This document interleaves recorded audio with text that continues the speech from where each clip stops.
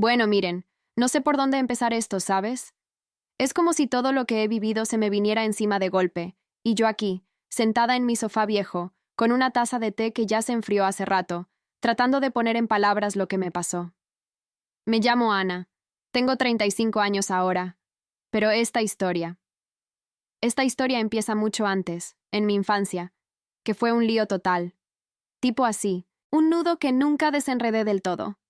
Crecí en un pueblo chiquito de la sierra, en México, donde el sol quema todo el día y las noches son frías como el alma de mi padre. Mis papás se separaron cuando yo tenía como 8 años, y eso me marcó para siempre, ¿entienden? Mi mamá era una mujer fuerte. Trabajaba de costurera en casa, haciendo vestidos para las vecinas, y yo la veía cosiendo hasta la medianoche, con los ojos rojos y las manos agrietadas. Ella siempre me decía, Ana, el amor es como un hilo. Si lo tensas mucho se rompe, pero si no lo atas bien, se suelta solo.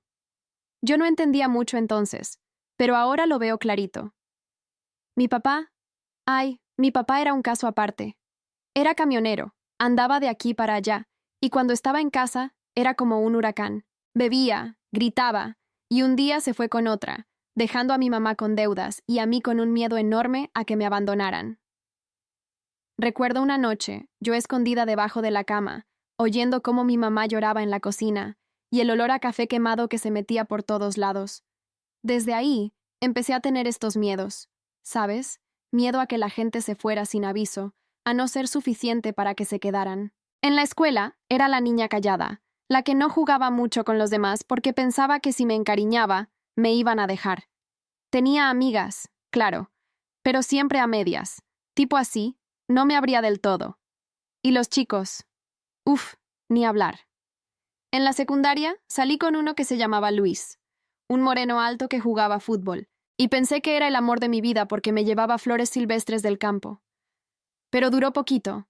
Me engañó con mi mejor amiga, y yo me quedé hecha pedazos, llorando en el baño de la escuela, sintiendo que el estómago se me revolvía.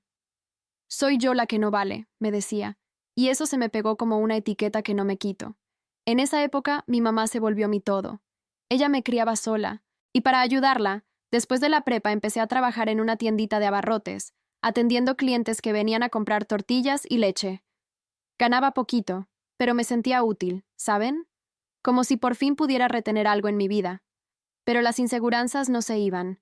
Soñaba con una familia estable, con un hombre que no se fuera, que me viera de verdad. Leía revistas de corazones, esas donde las mujeres contaban sus dramas, y pensaba, yo no voy a ser como mi mamá, voy a elegir bien. Viajé un poco, a la ciudad grande, Guadalajara, para estudiar un curso de secretariado, porque quería salir del pueblo. Ahí conocí gente nueva, pero siempre con ese muro, tipo así, no me entregaba por completo. Tuve un novio allá, Carlos, que era ingeniero, y por un tiempo creí que era estable. Vivíamos en un departamentito chiquito, con paredes delgadas donde se oía todo, y él me prometía futuro, pero un día me dejó por una compañera de trabajo. Otra vez, el abandono. Me quedé sin piso, durmiendo en el sofá de una amiga, comiendo ramen instantáneo porque no tenía para más. Sentía un vacío en el pecho, como si me hubieran sacado algo vital, y juré que la próxima vez iba a ser diferente, que iba a ver las señales antes de caer. Volví al pueblo por un rato, a ayudar a mi mamá, que ya estaba enferma de los nervios y el trabajo.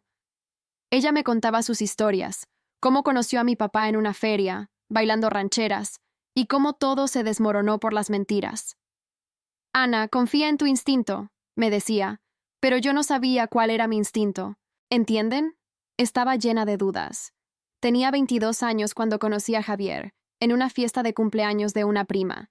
Él era de la ciudad, venía de visita y era tan seguro de sí mismo. Alto, con ojos cafés que te miraban fijo, y una sonrisa que te hacía sentir que eras la única en el mundo. Hablamos toda la noche, sentados en unas sillas de plástico en el patio, con el humo de las parrillas y la música de fondo. Me contó de su trabajo en una empresa de construcción, cómo soñaba con tener su propia casa, una familia. Yo le hablé de mis miedos, un poquito, y él me dijo, no te preocupes, Ana, yo no soy de los que se van, contigo me quedo. Fue como un bálsamo, ¿sabes? Esa noche, caminando de regreso a casa bajo las estrellas, pensé, Este es el que me va a salvar de todo esto. Pero antes de eso, mi vida era puro contraste. Por un lado, era independiente. Ahorraba para mudarme de nuevo a la ciudad, soñando con un trabajo mejor. Por otro, cargaba con el peso de mi familia. Mi mamá con su artritis que le dolía en las mañanas, y un hermano menor que se metía en problemas con pandillas. Yo era la que lo sacaba de quicio, hablándole hasta que me dolía la garganta. Todo eso me hacía sentir responsable, pero también sola, tipo así, como si el mundo esperara que yo lo sostuviera todo sin quebrarme. Tenía pesadillas donde todos se iban, y yo me despertaba sudando, con el corazón latiendo fuerte.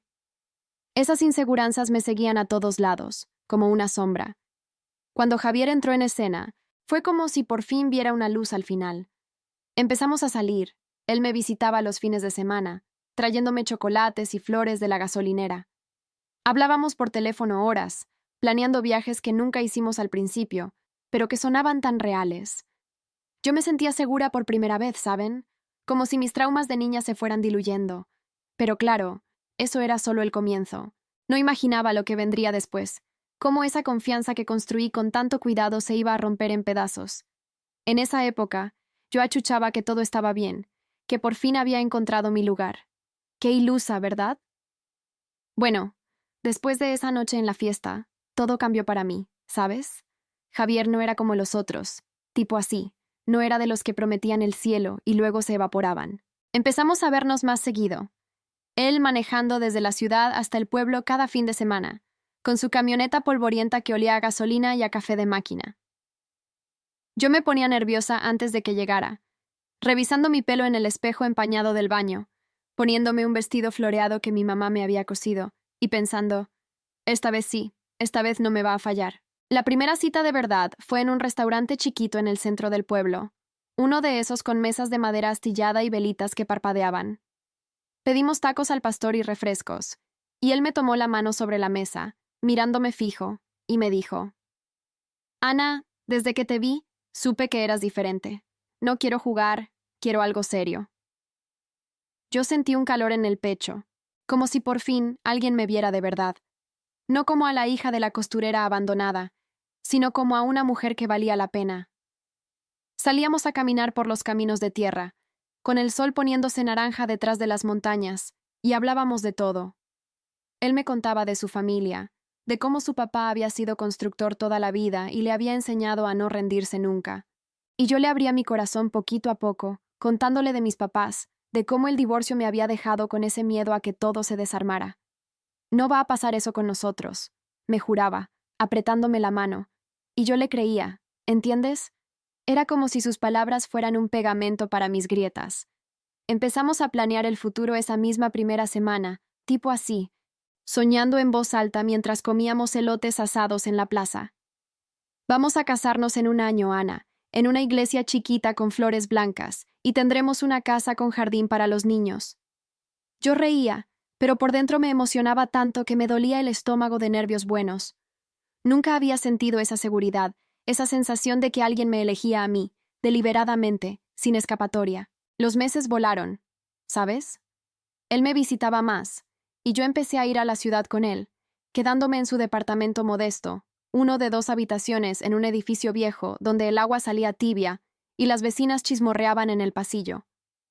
Ahí cocinábamos juntos, yo haciendo enchiladas como las de mi mamá, y él picando cebolla con torpeza, riéndonos cuando se le metía en los ojos y lloraba como niño. Esos momentos me hacían sentir acompañada, tipo así, no sola en el mundo. Me llevaba a paseos por el centro de Guadalajara, caminando por la avenida principal, tomados de la mano, mirando vitrinas de joyerías donde soñábamos con anillos.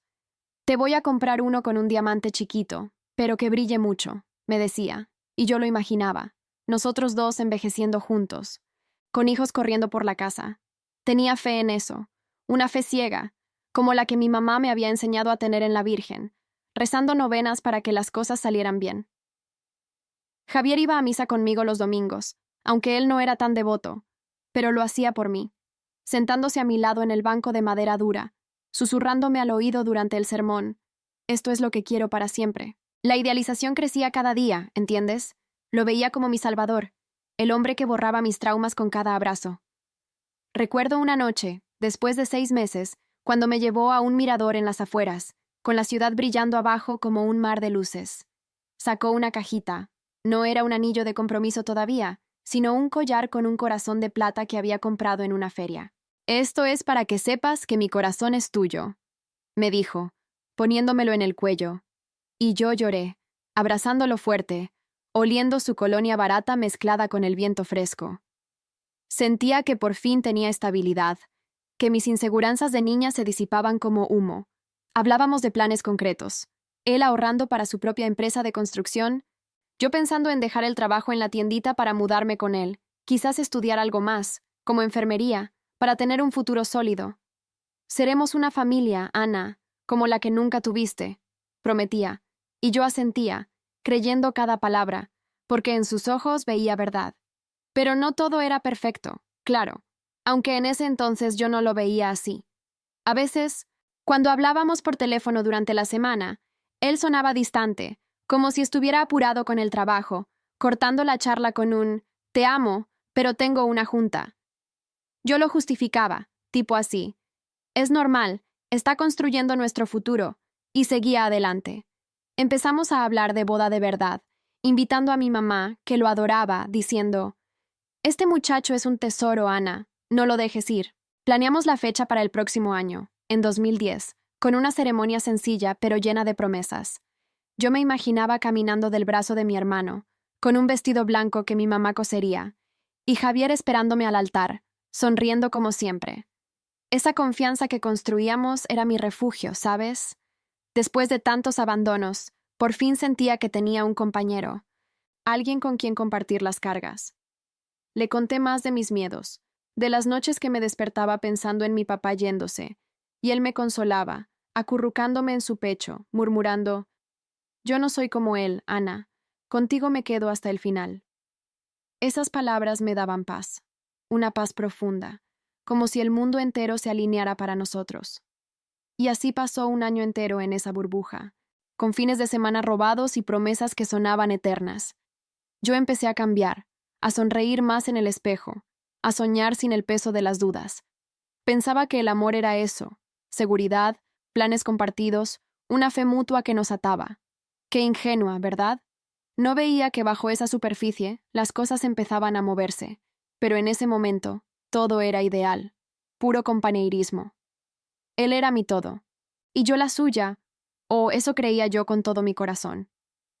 Bueno, miren, después de ese año de promesas y fines de semana robados, las cosas empezaron a tomar forma de verdad, ¿sabes?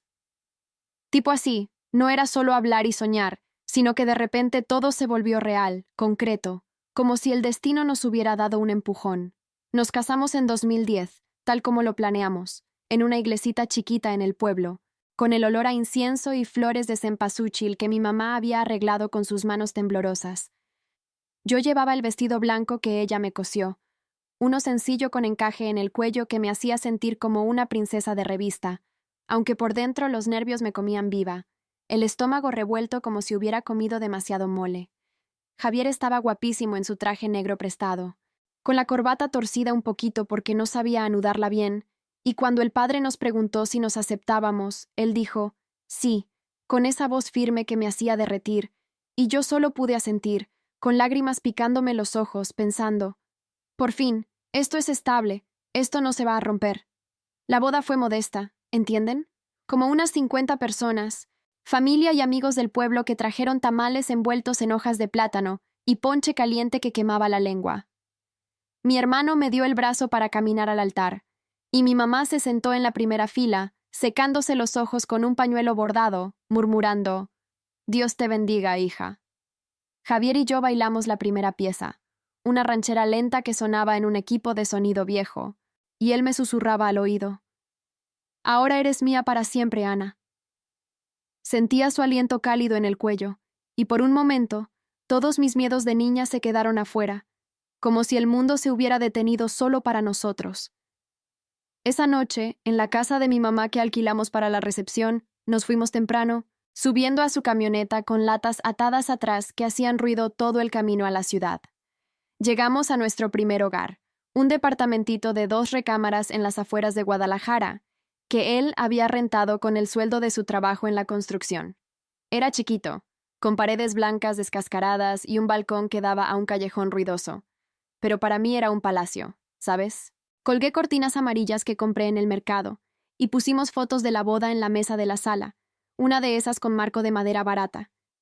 Los primeros meses de casados fueron como un sueño despierto. Tipo así, una rutina que me hacía sentir que por fin tenía control sobre mi vida. Yo dejé el trabajo en la tiendita del pueblo y me mudé con él del todo, buscando empleo en la ciudad. Conseguí uno en una oficina de contabilidad, atendiendo teléfonos y archivando papeles, ganando lo justo para aportar a la casa. Javier seguía en la construcción, pero ahora con más horas, saliendo a las 6 de la mañana con su lonchera llena de tortas de frijoles que yo le preparaba la noche antes, besándolo en la puerta mientras el café burbujeaba en la estufa. Él volvía cansado, con el pelo polvoriento y las botas llenas de lodo, pero siempre con una sonrisa, abrazándome fuerte en la cocina, oliendo a sudor y cemento. «Hoy gané un bono extra, mi amor», me decía, y lo usábamos para comprar algo pequeño, como una tele de pantalla plana que veíamos juntos los domingos, acurrucados en el sofá con palomitas que se nos caían por todos lados. Construimos una vida material poquito a poco, ¿entiendes? Ahorrábamos en una alcancía de cerámica que pusimos en la repisa, soñando con comprar una casa propia. En 2012, lo logramos. Una casita en un fraccionamiento modesto al sur de la ciudad, con 2 recámaras y un patiecito trasero donde planté rosales que regaba todas las tardes. La pagamos con un crédito que Javier consiguió porque su jefe lo promovió a supervisor, y de repente tenía un sueldo mejor, traje de oficina en lugar de overol. Mudarnos fue un lío, ¿sabes? Cargando cajas en la camioneta bajo el sol de julio, yo sudando con una blusa pegada a la espalda, riéndonos cuando se rompió una lámpara que mi mamá nos regaló. Pero al final, esa noche, sentados en el piso desnudo con pizza fría porque no desempaqué la cocina, brindamos con refrescos. «Por nuestra familia», dijo él, y yo asentí, sintiendo un calor en el pecho que era puro orgullo. La casa olía a pintura fresca y promesas, con el vecino del lado poniendo música de fondo, y yo pensando, esto es lo que soñé, estabilidad de verdad. Emocionalmente, también subíamos, tipo así. Nos sentíamos invencibles. Planeamos hijos desde el principio, ¿saben? Al año de casados, yo dejé las pastillas y empezamos a intentarlo, comprando termómetros para medir la temperatura y revistas sobre bebés que leía en el baño mientras él se duchaba. No pasó de inmediato, pero en 2013 llegó nuestra niña, Sofía. El embarazo fue duro, con náuseas que me dejaban postrada en la cama, y Javier trayéndome ginger ale del súper a medianoche, frotándome la espalda hasta que me dormía. Cuando nació, en una clínica pública con luces fluorescentes que zumbaban, la sostuve en brazos por primera vez, con su cabecita pelona y un llanto que me rompió el corazón de amor. Javier lloró también, ahí en la sala de partos, besándome la frente sudorosa. Lo hicimos, Ana. Somos padres. Llevárnosla a casa fue mágico, instalando la cuna en nuestra recámara, con sábanas blancas que lavaba a mano para que olieran a suavizante. La rutina cambió, pero para bien. Yo pedí media jornada en el trabajo para cuidarla, y Javier llegaba temprano para jugar con ella en el piso, haciendo ruidos tontos con un sonajero de madera. La carrera de él despegó más, ¿entiendes? En 2015, abrió su propia empresa pequeña de remodelaciones, con una oficina en el centro que olía a café y planos extendidos en mesas. Yo lo ayudaba con las cuentas desde casa, sentada en la mesa del comedor con Sofía en el portabebés, tecleando números en una calculadora vieja mientras ella balbuceaba.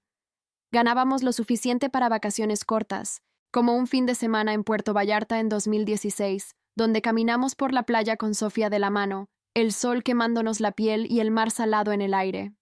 «Mira lo que construimos», me decía él, abrazándome con el viento revolviéndonos el pelo, y yo asentía, sintiendo que mis traumas se habían quedado atrás, que esta era la familia que mi mamá siempre quiso para mí. Llamaba a casa los domingos, contándole todo. «Mamá, Javier me compró un collar nuevo, y Sofía ya gatea por todos lados». Ella reía al teléfono, su voz ronca por la edad. «Estás bendecida, hija». Emocionalmente era pleno, ¿sabes? Noches de charlas en la cama, con la luz de la luna entrando por la ventana, planeando un segundo hijo, una vida sin fin. Yo me sentía completa, tipo así, como si el abandono de mi infancia fuera solo un recuerdo lejano, borrado por esta estabilidad que tocaba, que vivía cada día. Recuerdo oler el champú de Javier en la almohada por la mañana y pensar, esto es para siempre. Qué ciega estaba, pero en ese momento todo brillaba, puro ascenso, pura conquista. No veía grietas, solo el cielo abierto. Bueno, miren, todo eso de la casa, la niña, la empresa. Parecía que íbamos en una ola alta, ¿sabes? Tipo así, como si nada pudiera tocarnos.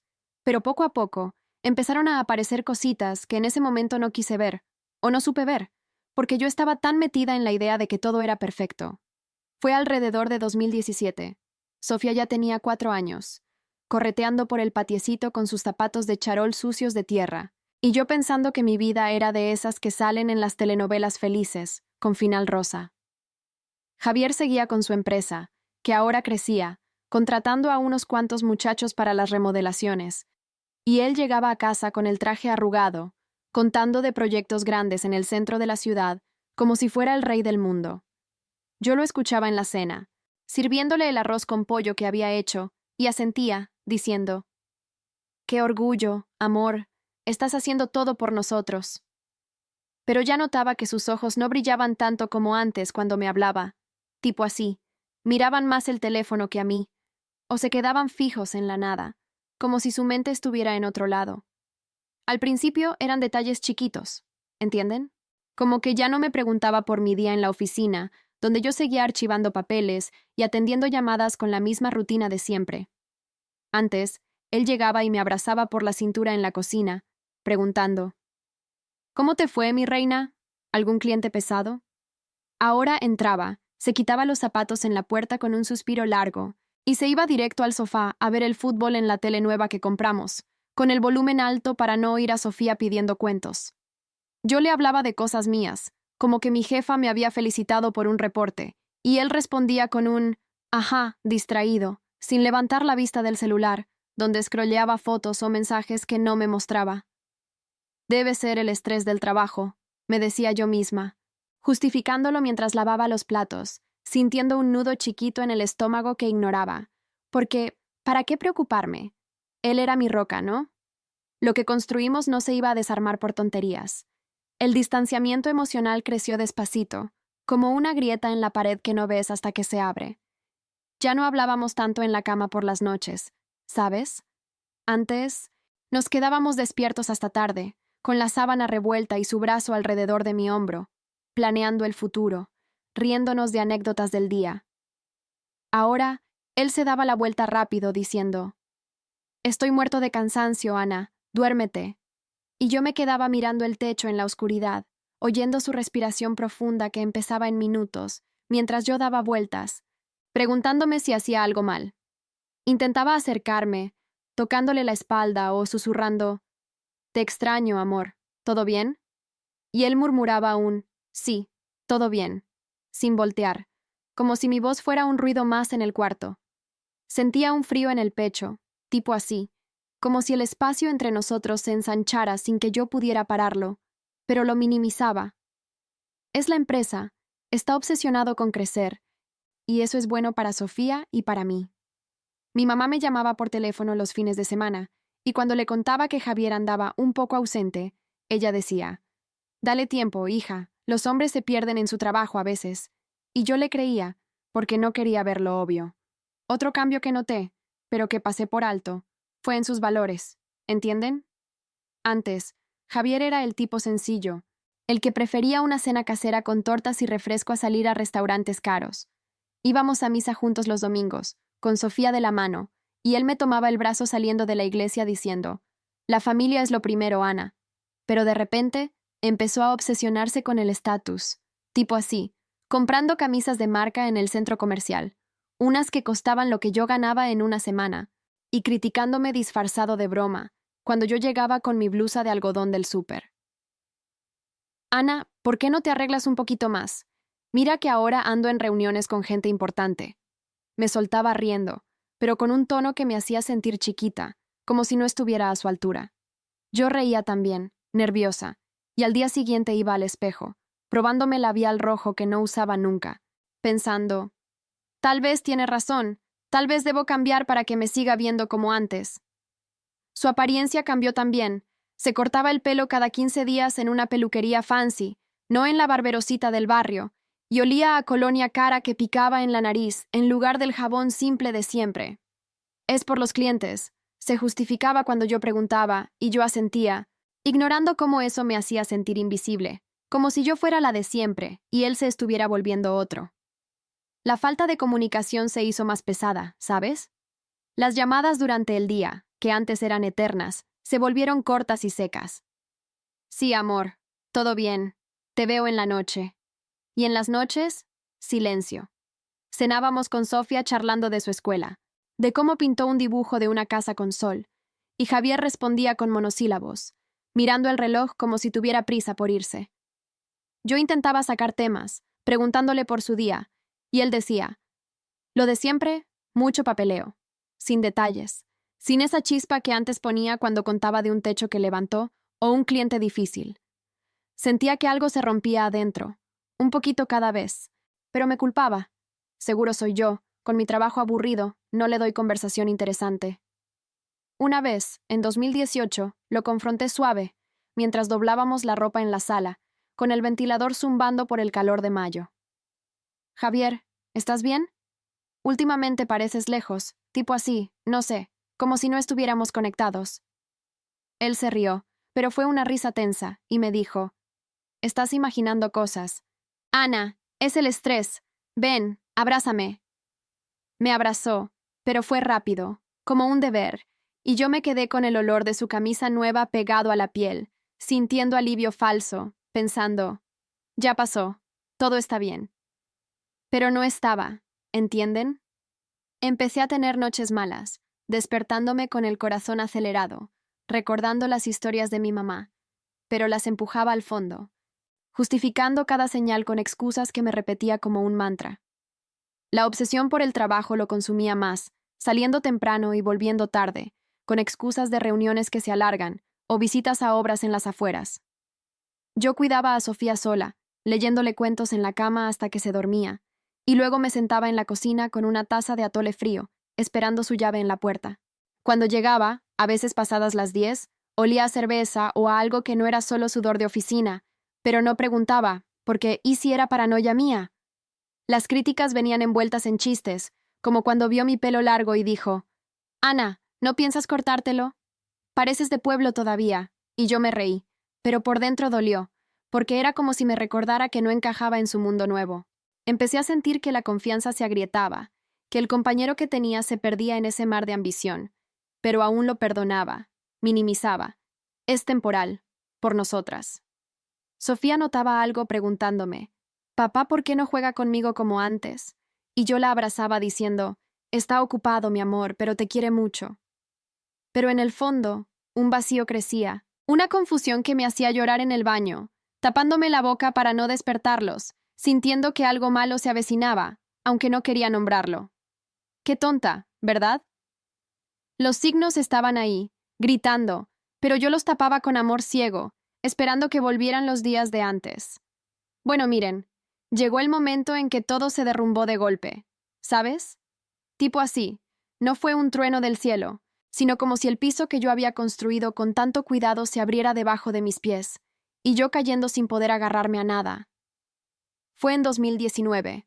Sofía ya iba a la primaria, con su mochilita roja y sus coletas que yo le hacía cada mañana mientras Javier ya se había ido, saliendo antes del amanecer con su maletín nuevo y un beso rápido en la mejilla que ya no duraba. Yo seguía en mi rutina, trabajando medio tiempo ahora que la empresa de él iba viento en popa, y por las tardes recogiendo a la niña de la escuela, comprando verduras en el mercado para la cena, sintiendo ese vacío que crecía pero que aún tapaba con excusas. Es la edad, es el trabajo, volverá a ser como antes. Pero una noche de octubre, con la lluvia golpeando las ventanas como si el cielo llorara por mí, todo cambió. Javier llegó tarde, como siempre, pasadas las 11, y yo lo esperé en la cocina con el café recalentado y el corazón latiéndome fuerte porque esa tarde había encontrado un recibo en su pantalón, de un hotel en el centro, uno de esos caros que nunca íbamos juntos. Debe ser por trabajo, me repetí, pero cuando entró, con el pelo mojado y los ojos evasivos, supe que algo andaba mal, tipo así, un instinto que mi mamá siempre me dijo que confiara, pero que yo había ignorado por años. Lo confronté ahí mismo, con la voz temblándome mientras le mostraba el papel arrugado en mi mano, oliendo a detergente de la lavada. Javier, ¿qué es esto? ¿Por qué un hotel si dices que estás en reuniones? Él se quedó quieto, mirándome por primera vez en meses con algo que no era amor, sino culpa. ¿Entienden? Se sentó en la silla de la cocina, la misma donde comíamos los domingos, y soltó todo de un jalón. Ana, lo siento, pero... hay alguien más. Es Laura, la secretaria de la oficina, la que contraté hace un año. Laura. La había conocido en una cena de la empresa, una chica joven, de unos 28, con pelo lacio y risa fácil, que me había dicho: «Tu esposo es un jefe genial, Ana. Suerte que lo tienes». Yo la había abrazado, confiando en ella como en una amiga, invitándola a casa una vez para un café, pensando que era parte de nuestra vida estable. Y ahora, él me decía que llevaban meses, que se veían en ese hotel, que el distanciamiento no era el trabajo, sino ella, su obsesión nueva, su cambio de valores que lo hacía buscar algo fresco, algo que yo ya no era.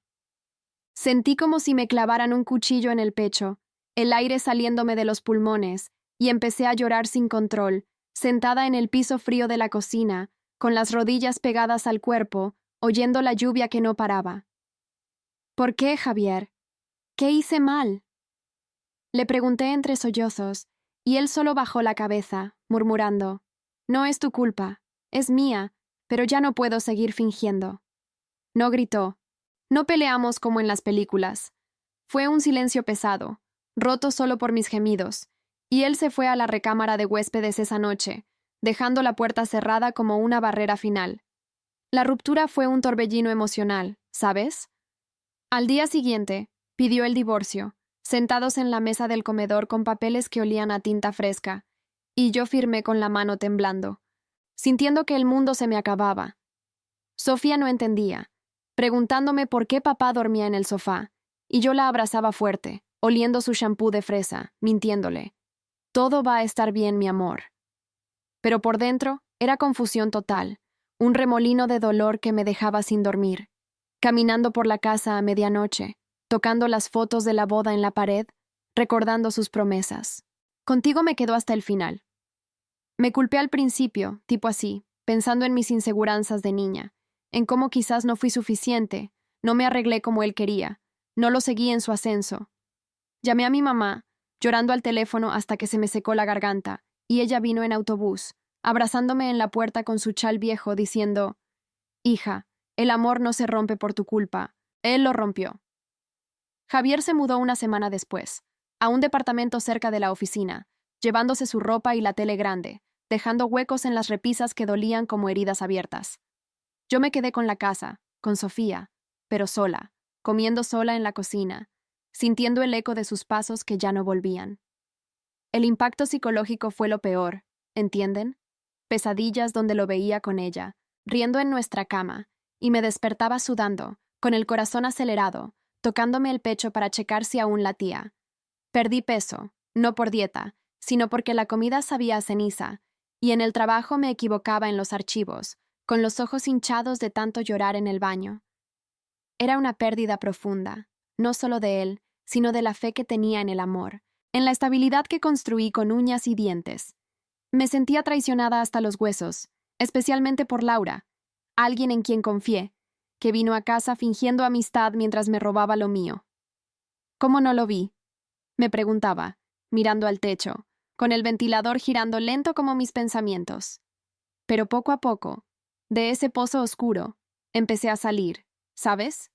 Tipo así, no de un día para otro, sino con terapia que pagué con lo que ahorré de mi sueldo, sentándome en una silla dura frente a una psicóloga que me escuchaba sin juzgar, haciendo que hablara de mi infancia, de mis papás, de cómo esos miedos me cegaron.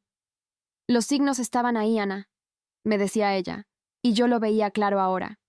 El distanciamiento, los silencios, las críticas, la obsesión por el estatus, todo gritando que se iba, pero yo lo minimicé por miedo al abandono, por esa necesidad de retenerlo a toda costa. Aprendí que la confianza no se mendiga, que el amor verdadero no te hace sentir invisible, y que mis inseguranzas no definen mi valor.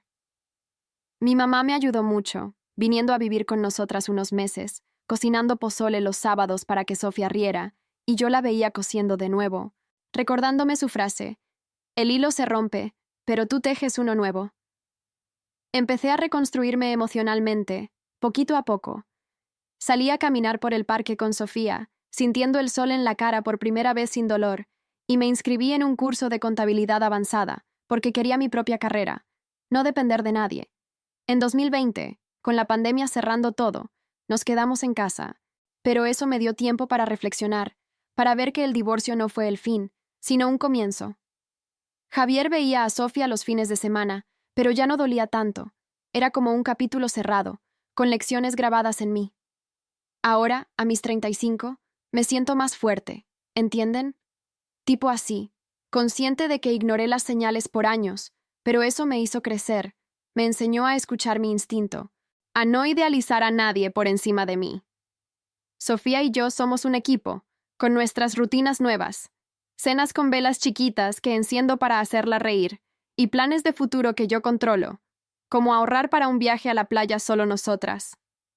Llamo a mi mamá y le digo: gracias por enseñarme a tejer sola. Y ella ríe, su voz cálida al teléfono. El engaño duele aún, un pinchazo a veces cuando veo parejas en la calle, pero me recuerda que merezco a alguien que me elija de verdad, sin cambios ni traiciones. Aprendí que el abandono de mi infancia no se repite si yo no lo permito, que la reconstrucción viene de adentro, con paciencia y lágrimas que curan. Hoy, sentada aquí con mi té caliente, esta vez no se enfría, siento paz, una madurez que no tenía, y pienso: los signos estaban ahí todo el tiempo, pero ahora los veo, y no los ignoraré nunca más. Es mi historia, mi confusión, mi crecimiento, y aunque duela contarla, me libera, ¿sabes? Como si por fin soltara el nudo que cargué tanto tiempo.